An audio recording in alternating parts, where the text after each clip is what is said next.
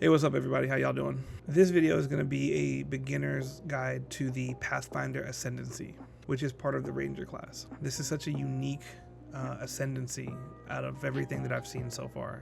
This is flask manipulation and poison damage. They'll be able to double the output of poison stacks on whatever the enemy is, and to be honest, this is probably the most powerful class for the poison archetype. Also, they have the ability to turn flash charges into concoctions that'll explode upon impact with terrain or monsters. Just such a unique playstyle. I'm pretty excited for this. Let's start with number one. Connected chemistry. 50% more flask charges are gained. So for the beginners, flasks are rechargeable consumable that restore your life or your mana, or they give your character some really important buffs. And in this build, it defines the build itself.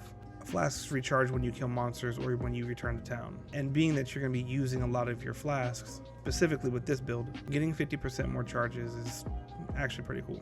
Number two, enduring elixirs. Life flasks effects are not removed when unreserved life is filled. Life flask effects do not queue. So you could just keep on using your life flask and you'll just keep getting healed. In Path of Exile 1, I believe there was a node that had this, but it reduced the amount of healing that you received. So this is just a great upgrade. Number three, contagious contamination. The most damaging poison on enemies you kill is spread to other enemies within 1.5 meters. Basically, you are spreading that poison out. Keep your poison stacks on, and then when you defeat those enemies, that poison spreads. It's great.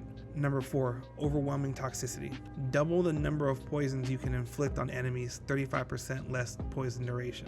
35% less poison duration, that sounds like an issue, but when you're doubling the number of the poisons that you can inflict on enemies and then that also spreads, that's just diabolical. Now we have our brew concoctions. 5A is poisonous concoction. Consume charges from your mana flask to throw a bottle that explodes, dealing unarmed chaos damage in an area. Poison inflicted by this skill has more effect. 5B, fulminating concoction. Consume charges from your mana flask to throw a bottle that explodes, dealing unarmed lightning attack damage in an area, inflicting lightning exposure.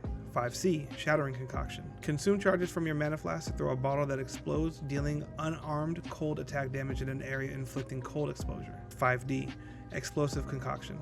Consume charges from your mana flask to throw a bottle that explodes, dealing unarmed fire attack damage in an area, inflicting fire exposure. 5E, bleeding concoction. Consume charges from your mana flask to throw a bottle that explodes, dealing unarmed physical attack damage in an area. Bleeding inflicted by this has more effect. So basically you have your choice of poisoned, lightning attacks, cold attacks, fire attacks, and some physical with some other effects on those as well. Now, depending on what your build is and what your passive skill points are, this is where you could get really ugly. Also, with the synergy of contagious contamination, that poison is going to spread to different enemies. Just thinking about the damage over time from all these poisons is going to be crazy and insane. Number six, Traveler's Wisdom. Grants 5 passive skill points. Getting some extra talent points would never hurt, so that's exactly what you get. Number 7, Running Assault. 30% less movement speed penalty when using skills while moving. While you're going to be using poisons of some sort with this Ascendancy, you're going to want to be in motion because a lot of it is going to be dot damage. So sometimes, depending on how it's going to work or how your build is, it might take a little bit of some time to kill an enemy. Well, now you're in motion and you're not going to get a penalty from that. Relentless Pursuit. Your speed is unaffected by slows. Sounds exactly what it says. You're not going to be affected by slows whenever you're in motion.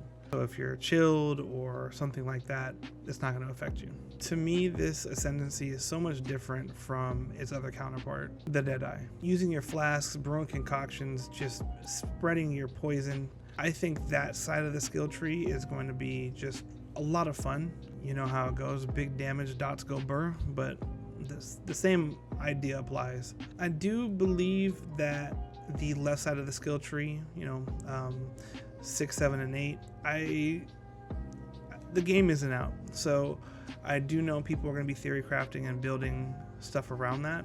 I just right now don't really see anything that any reason why I would go that route. It just seems like the right side, 1 through 5, is just where all the fun's at. Overall, really cool looking Ascendancy class, and I'm looking forward to playing it. So what do you guys think? Do you like the Pathfinder? Would it be something you would like to play? Let me know in the comments below. I hope this video helps some people out trying to understand the game while you're coming into Path of Exile 2. I want to say thank you for watching, and I'll catch you on the next video.